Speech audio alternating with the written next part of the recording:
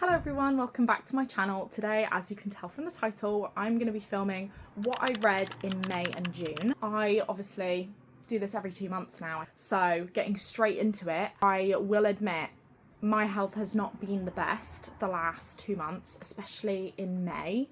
I was not doing well and I read one book at the very end of the month and I missed reading so much during that month. I don't know if June kind of reflects how much I missed reading. So in May, I read one book, and in June, I've read 6. I'm on my 7th, and it's one of those things where we have 2 days left of the month, and I have 300 pages left of my book. So it's realistic, but it's one of those things that will I actually manage to achieve it? My drink of choice today is a little cinnamon caramel coffee, which is just caramel syrup in a latte with a bit of cinnamon on top, and it's so good. And side note, I've got on the, oh my god, what's it called?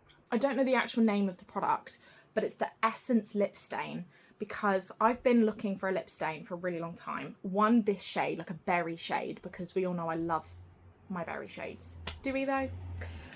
I know I love my berry shades, and I've seen a TikTok of this girl who ran a marathon, or I think she ran a marathon with this lip stain on, and it was still on at the end of the marathon, like 6 hours later. And I was like, okay, sold. And it's literally £1.50 or like £2 something. It's insane and it's so good, and it means I can yap my heart out and my lip colour is still gonna stay on. You get them in Primark, that's where I found mine, but I think they may do Essence in Wilkinson's. If not, I'd try Amazon. To now get into this video, my big old number for May is the singular one, which is Glass Sword by Victoria Aveyard. This is book 2 in the Red Queen series. I read Red Queen a little while ago. I remember buying the whole set for £15 on Amazon, all 4, years ago, and it was one of those things where it was like I meant to get around to the series, and I read Red Queen and enjoyed it. I just don't think it was what I exactly wanted. And then I picked this up shortly after and ended up soft DNFing it. I just think I wasn't in the mood for it at the time. I wasn't in the mood for dystopian. So I picked it up again, obviously, in May, and I was really bored for the first like 100 pages, which is very strange because you're not typically in the start of a book. It's more around the middle that I feel like you traditionally get more bored. But about halfway, it really picked up and I did start to really enjoy this. I actually had quite a good time. I've just checked Goodreads and I rated this one 3 stars. It's one of those things where you don't enjoy the start, but you really enjoy the end. That just kind of makes it pretty average overall. I actually don't know what to say about this book because it's one of those weird ones where I didn't hate it, but I didn't love it. Yeah, 3 star. Now, I do have 2 DNFs and I can't remember the order of at least when I read the first one, so I'm just going to show it to you next. And that is The Sacred Space Between by Kaylee Reid. I started this and I expected a very different book. I think the reason for my DNF is definitely a me problem, because I read the War of Lost Hearts trilogy at the beginning of the year, and I seen this on Amazon in the description for it, and it really reminded me so much of at least the first one, Daughter of No Worlds. So I thought I'll give it a go, I'll give it a try, and it sounds really good. It's about an iconographer who's sent to paint this exiled saint up in the moors, and there's like dangerous magic and stuff, but it's just very mundane, very boring, not really much happens. I didn't really care about their romance at all. It didn't feel romantic, it more felt like, and I think this is where it lost me as well. So you know those films where the romance is kind of, when it's not like swoony romance, it's not like you're gunning for the romance. The Shadow and Bone series, let's say, I've only seen the show, I haven't read the books, but it's not like that. Films you see when you're younger where they kiss once at the end of the film and you don't really feel the magic between them. I couldn't connect to them because of that, and I just didn't care about their romance. There was nothing going on with the plot. It was just a bit of a disappointment, so I did DNF this. Funnily enough, if you are interested or you're curious to see if you feel any different, this is currently on my Vinted at the moment. I will put it in the description bar if you want to head on over and have a look. But yeah, no rating because it's DNF. We then start my prompts that I chose for my June TBR. So I have a video on my channel now of us picking those prompts together. We picked 5 and I did read all of them. I also filmed a vlog for it. I am literally just finishing up the last book, so hopefully that will get to you in about a week or maybe 2 weeks. So I started off by reading King of Ravens by Claire Sager. I do not currently have this because when I finished it, I gave it to my mum to read because we read a lot of similar books and I thought she'd really enjoy that. I was flabbergasted by this book, flabbergasted, and I'm really unsure of my rating as a result. So without spoiling it, it's essentially about this girl who is ill and she doesn't know why, but she's been ill her whole life and she doesn't know why, so she stays indoors and she takes these like medicines and she researches it, but she obviously can't find anything about it, let alone a cure. The king of the Unseelie Dead comes one day to basically take her away and marry her and take her to the underworld with him, and she doesn't want that. She goes because she obviously doesn't want her family to come to any harm, but she makes an agreement with him that if she can escape this labyrinth he has in 30 days, then she can be free, she can go home to her family, she doesn't have to marry him. But if she doesn't manage to escape, she has to stay and marry him. So during the day, she's the dutiful fiance who does everything she needs to do, and at night she is in this labyrinth trying to escape. I love that plot idea. I don't know why, but it did remind me of King of Battle and Blood. Maybe because of the whole marriage thing, like the arranged marriage. I really enjoyed and I really wanted to see where that plot would go, but I don't think there was an awful lot of it. I think there could have been more of the labyrinth and more of that like initial plot interwoven into the story while still focusing on the other things. I definitely wanted to see more of that, so I think that did bring the rating down just a little bit. The other thing was it was very tropey. I think it's so hard for me at the moment. I'm obviously like almost like backlisting myself in terms of reading all of the books that used to be popular when BookTok first came about, i.e. Shatter Me, Red Queen, and so on. I feel like now everyone does just make it super tropey, and I'm not saying that's everyone at all, and I'm not even necessarily saying it's this book, but it did feel very tropey. That also brought the rating down for me. But what increased it was that literal last chapter. I think the book's just under 400 pages. The last like 6 pages, something happens that you're like, what? And I finished it and I was like, okay, so what just happened? What did I just read? What do you mean that's the end? The next book doesn't come out till next year. I think that's the suckiest thing about reading books as they come out. So I think I had to increase my rating marginally, just because if a book is going to elicit that sort of strong feeling in you, you kind of have to, don't you? It was so odd, and I'm definitely going to be reading the next one just to find out what the heck happens with that. But if it's anything like the structure and it follows like the kind of way the first book was written, then I don't think it'll be rated very highly, but I'm curious to see where the actual heck that plot twist goes. Yeah, 3.5 stars.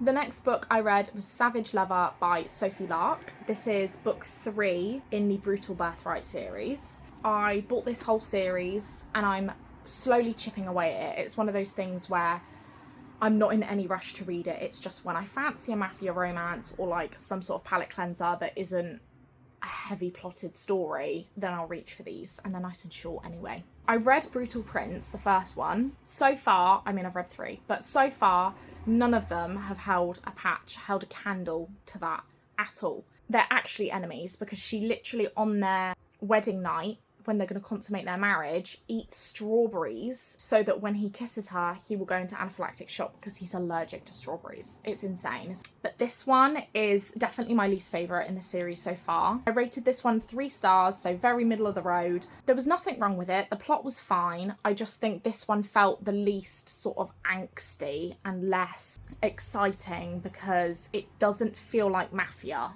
I don't know what it is.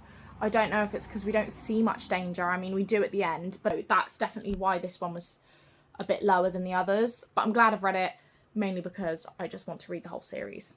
The next book we have is King's Cage by Victoria Aveyard, and this is the 3rd book in the Red Queen series, and I rated this 1 star.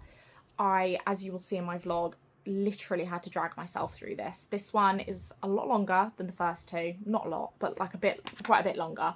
Nothing happens. And I was seeing this in reviews as well. People were saying like the first half, nothing happens. And I can count on one hand how many things happened in this book. I just feel like this is more slice of life than dystopian or fantasy. It was just incredibly boring. And I'm not gonna lie, it feels like each book I'm reading in this series is going more and more downhill. And there is one book left, which is Warstorm, which is on my TBR cart behind me. And it's the longest one. So to anyone who's read this series, do you think it's worth me reading the last book? Because part of me is tempted just to search a summary online. This very nearly put me in a slump. I can't be doing that. I was in a slump for like 6 months. I cannot go back there. Please. The next book we read was Just Friends by Hayley Pham. And this was one of my most anticipated reads of the year. This obviously came out very recently in March.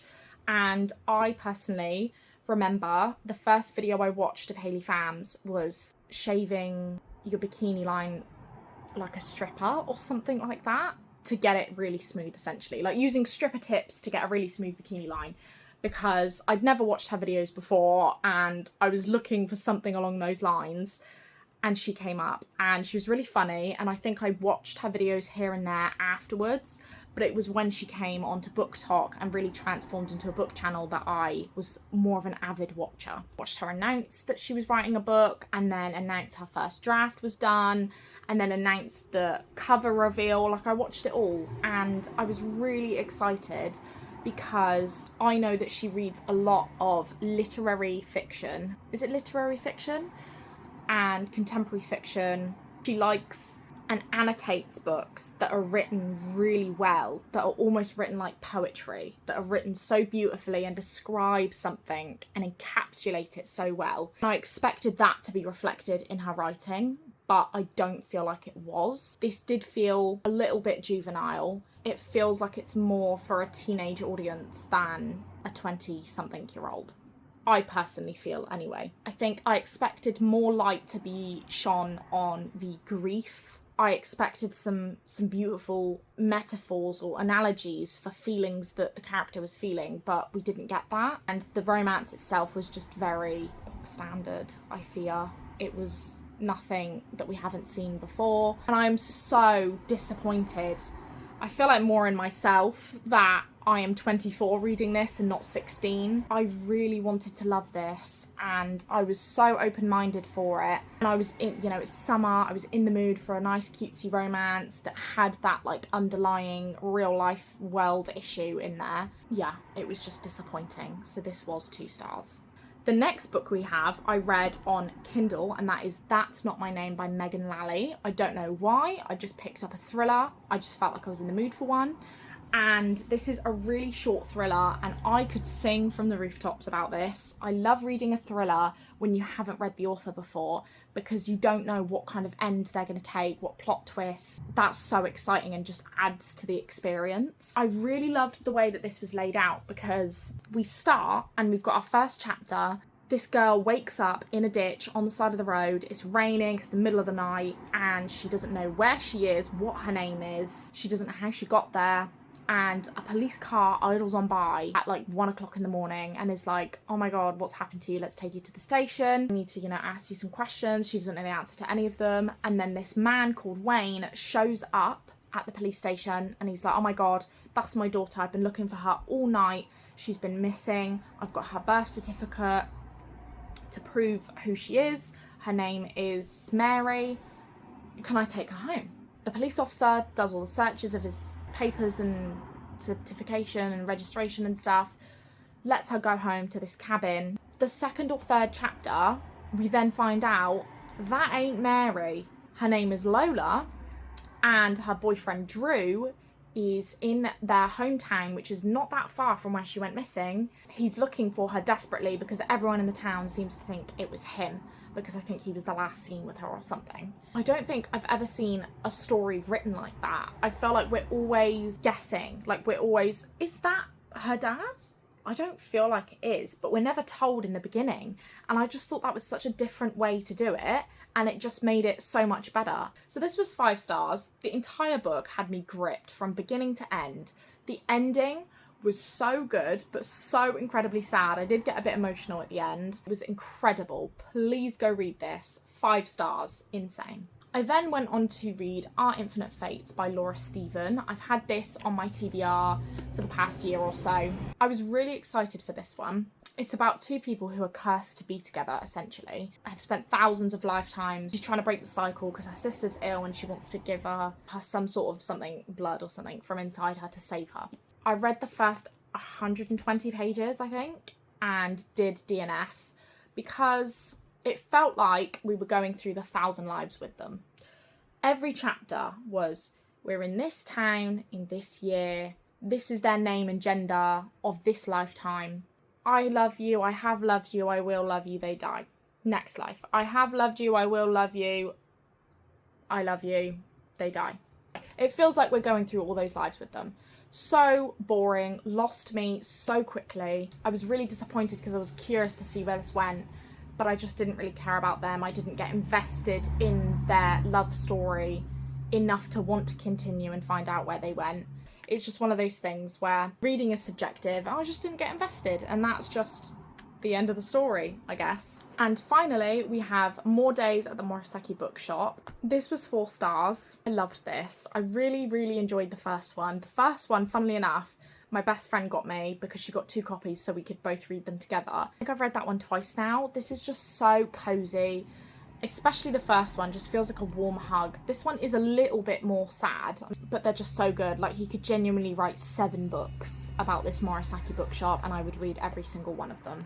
The last book, though, that I am reading now, that I talked about at the beginning of this video, is Saving Six, which is the 3rd book in the Boys of Tommen series. As you can see, I'm just under the halfway point. I do have 330 pages left, and I would love to finish it by tomorrow, because then I can, like, neatly add it into this month. Otherwise, it's kind of like half a book this month, half a book next month.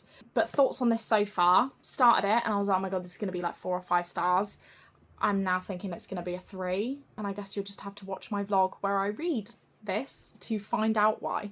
I don't know what it's going to end with rating wise. I do see why Joey and Aoife are everyone's favourite though. So I'm going to do some more reading and some more filming of me reading this today. But that is all my books for May and June. Thank you so much for watching this video. I hope you enjoyed.